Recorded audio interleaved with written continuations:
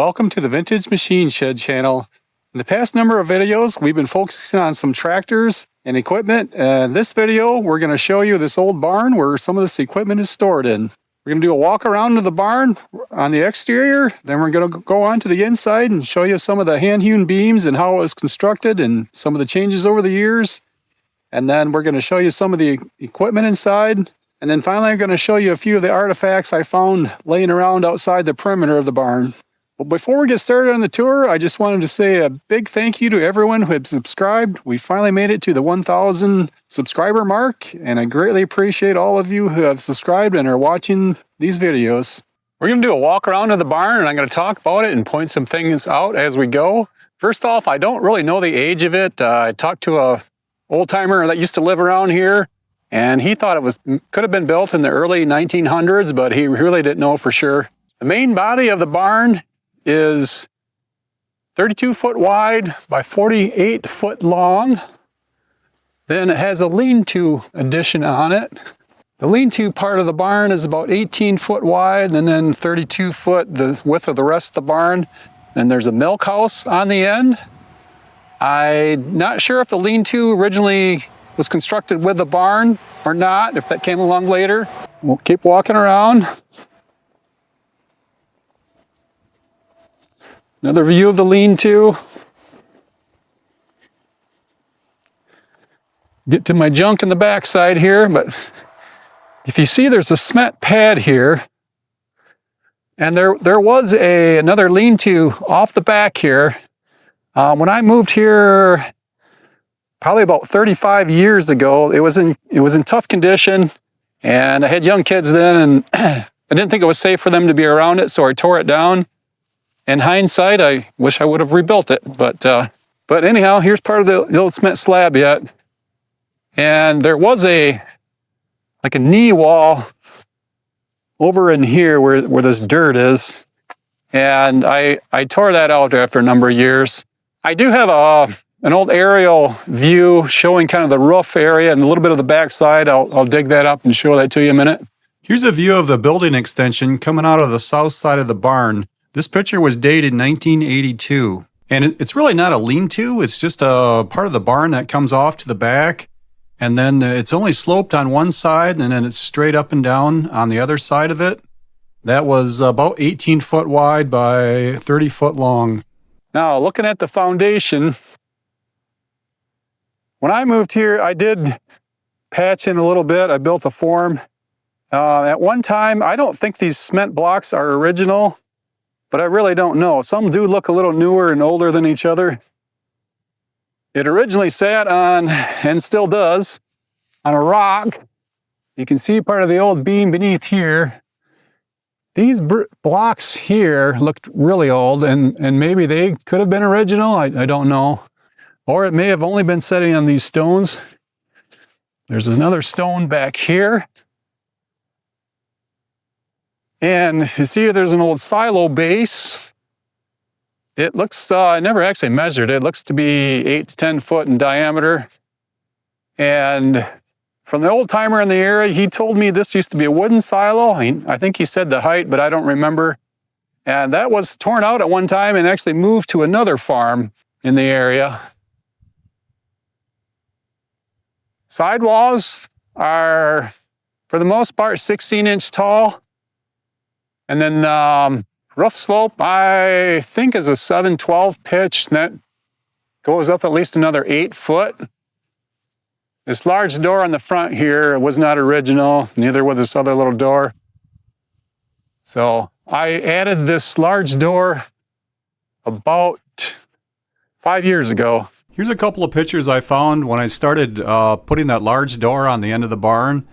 If you note the two smaller doors in the center, they were both hinged. I removed those, and in this picture here you can see where I put the single door in and the sliding door.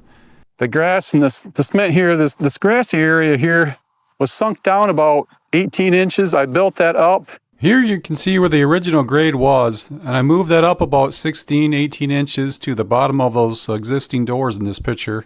Also, if we pop back around to the front a minute, these two sliding doors here, there were doors there when I moved here. They were in rough shape. I ended up rebuilding them a little bit. But where this concrete pad is here, this used to stand taller.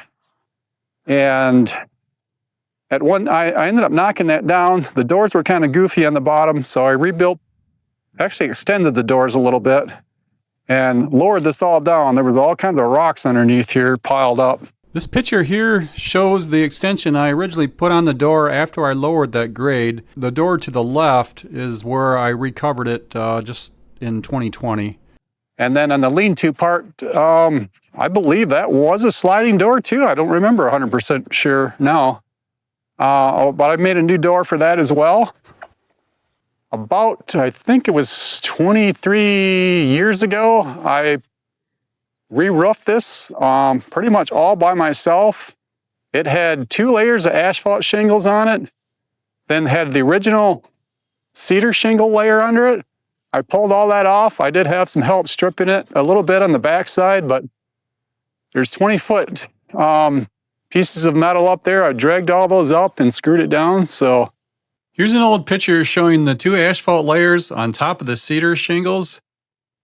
And then in this picture, it's showing just the cedar shingles with the asphalt shingles stripped off. And then you can see the new white steel roof going on to the right. And then I believe the following year, we put this red siding around. Otherwise, it was just wooden boards. And when I first moved here, I painted all that and then tired of the maintenance, so I went with the metal. And this picture is showing the first couple sheets going up on this end of the barn of the new red siding. So let's go inside here a minute.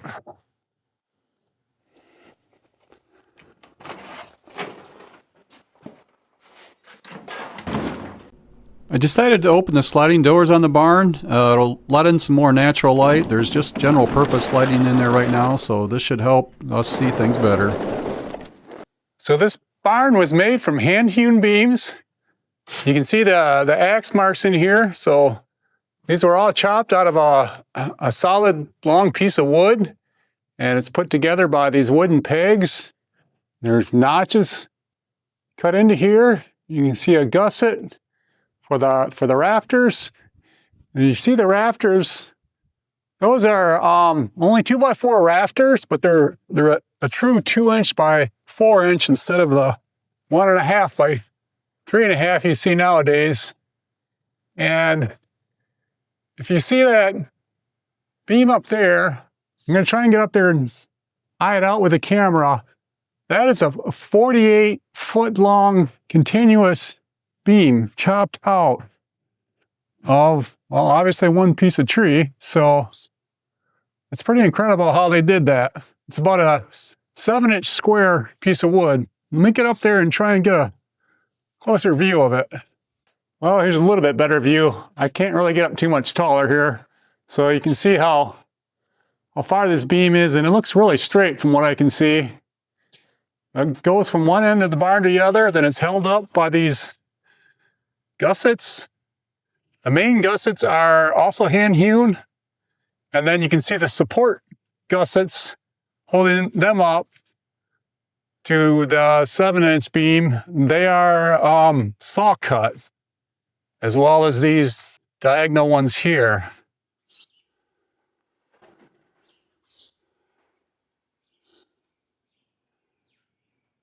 Let's go to the other end of the barn. We'll look at that lean-to.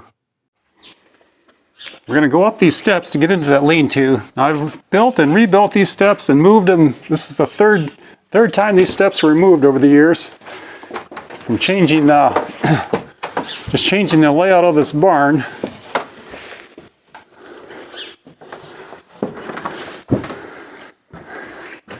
So here's in the lean-to part. You can see the rafters here are still made out of trees. Still have the bark on them. They're about 4 inches in diameter. Here's some old stanchions that were down below.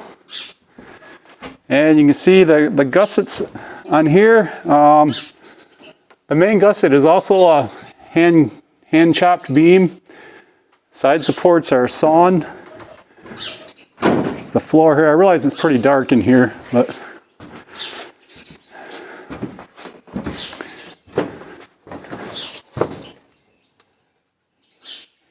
Here's some of the old wiring. And then the yellow there is some newer. A little hard to see, that's where it came in. And it ran up. You can see an old junction box up here. It's likely when the barn was built, it did not have electricity. Someone added it at one time. None of these electrical wires were hooked up when I moved here. The wires are obviously really old. And I believe electricity came through this area in the 1930s.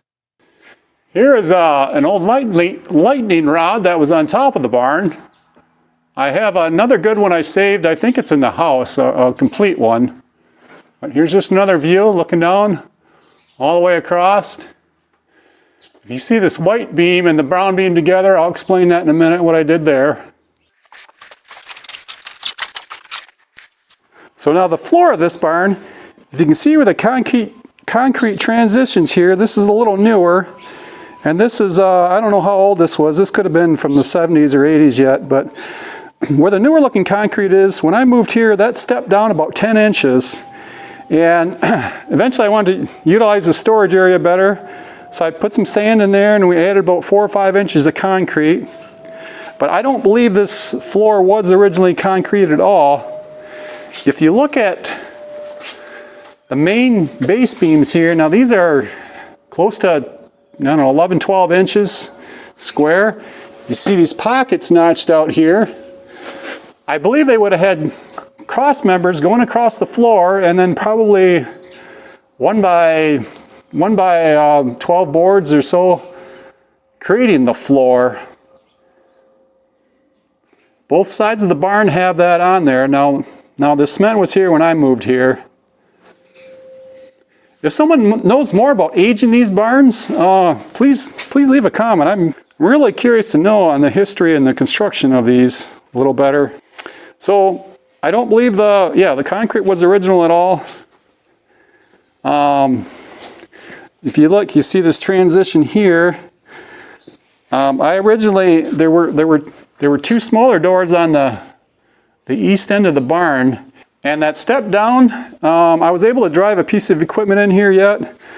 I had a ramped area here where it transitions in this cracked area here. Eventually, when I put this large door in, I needed to fill this center back in, so I cemented that in, and then the concrete just got really thin by the ramped area. That's why it's cracking there. So if you look here, here's where an old stanchion was in. Those are throughout the barn. When I moved here, there were stanchions on either side. Also, you see this loft here. When I moved here, there's this loft carried all the way across here, and it was in the center area. And then there was a newer version of a loft built in this area where the bulldozer is. And I don't recall. I think it was kind of open in this back other corner. If you see those, there's some really old tongue and groove, like 2x6s. That's what held up the loft in the corner over here. This here is just a forkable piece of scaffolding I built when I put the large door on the east end of the barn. So when I put this large door in, I had taken this lower piece of the loft out here and I moved it up higher to the top tier of the barn. So now that's up about 16 foot. And I mentioned these beams over here earlier when I had taken the center section of the loft out. It's when we purchased a camping trailer and I wanted to utilize the space in here.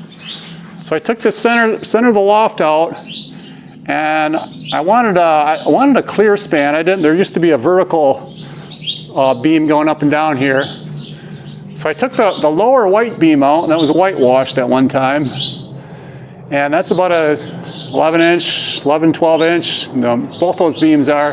I moved that up to the top beam. You can see I attached it with some plate and I think 1 inch diameter threaded rod. And then on the ends, I gusseted it up. I built another vertical beam going up. So it's supported there on both ends, same situation on either end. And so that worked well. It still is plenty strong up there. See those steps over there? I made a a ladder to get from this loft to that loft, and I'm just using a step ladder here to get into the first loft. Let's go take a look at the lean-to area of the barn.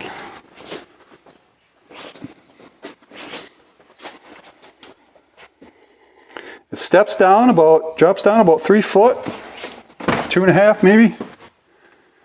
And of course, when I first moved here, I converted this to a workshop. So yeah, this is about 18 by 32 foot, and where this metal is here, that's a cement block beyond that. Of course, this wall butts up to the other end of the barn. And then let's go on to the old milk house. There was a small bulk milk tank, stainless steel tank in here. I removed that after a number of years, and I just got junk stored in here, tractor parts and so forth. I believe there's parts there to some old milkers. Looks like stainless steel clamps for something.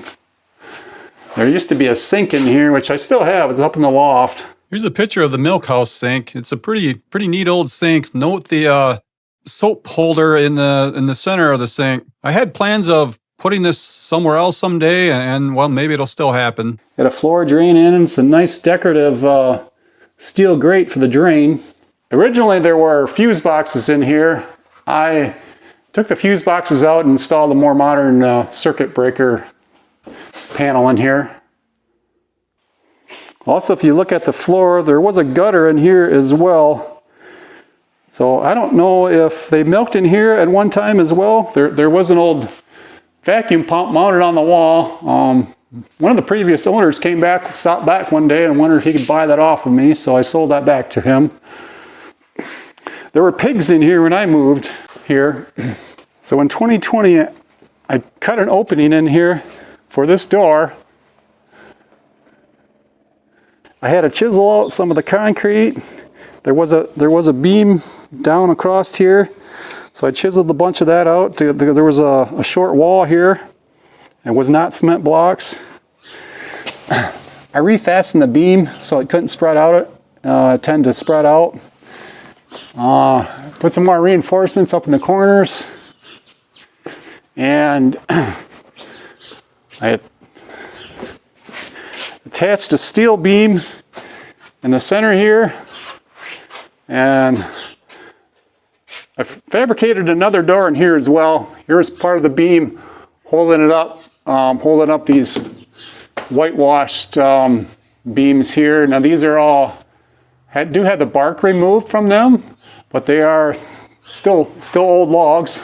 So as with any barn, wherever you have space, it tends to get filled, and that's no exception here. Quick look at some of the tractors in here. Of course, here's the 175 Ellis Chalmers.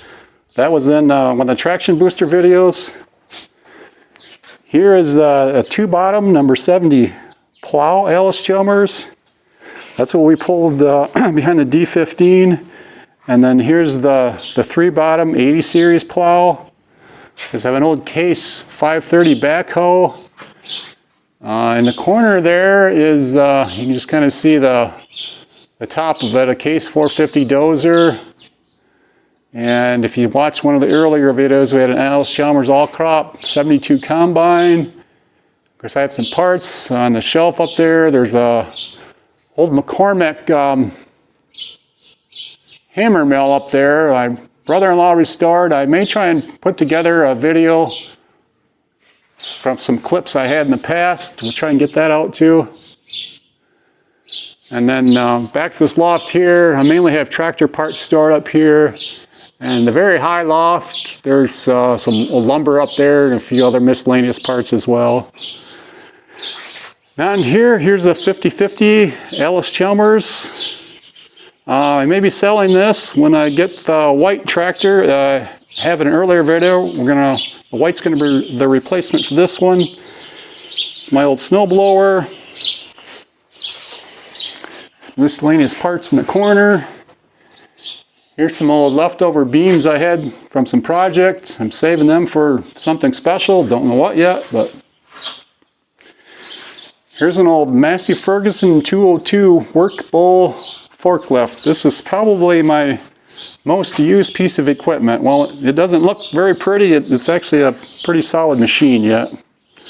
So we have a few tractors in other barns too. I'm not going to show them right now, but we might get to them someday as well. Here's some other round beams left over from one of the lofts I took out. I just storing those up there.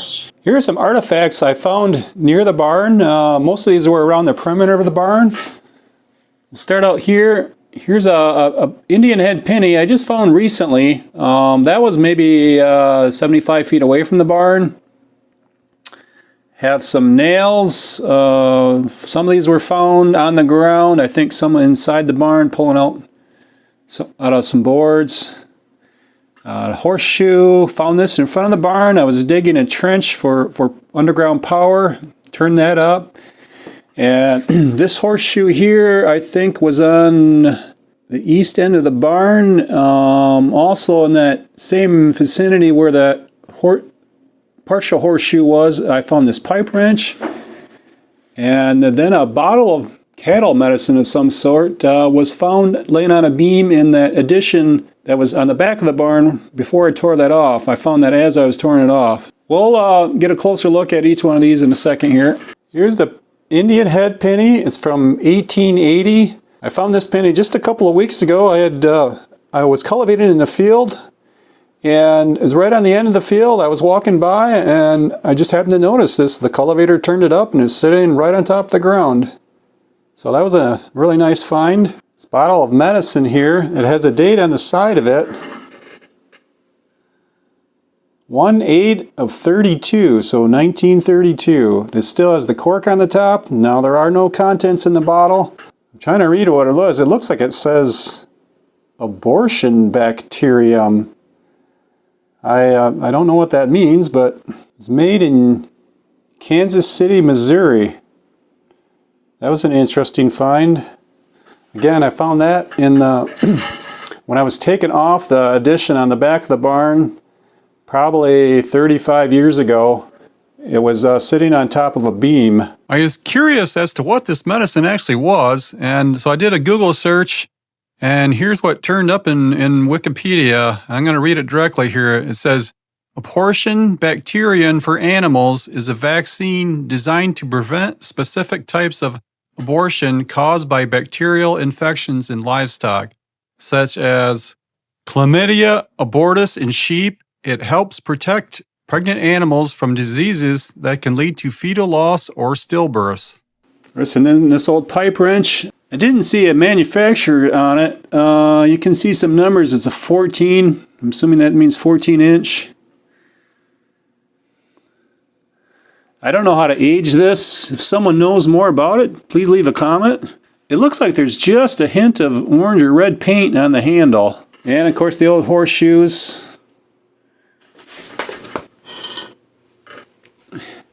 And the square type nails. Horseshoes have been buried for many, many years, it looks like. Well, thanks for watching the tour of the old barn. If you see something you like, please leave a thumbs up and please subscribe to the channel. And thanks for watching.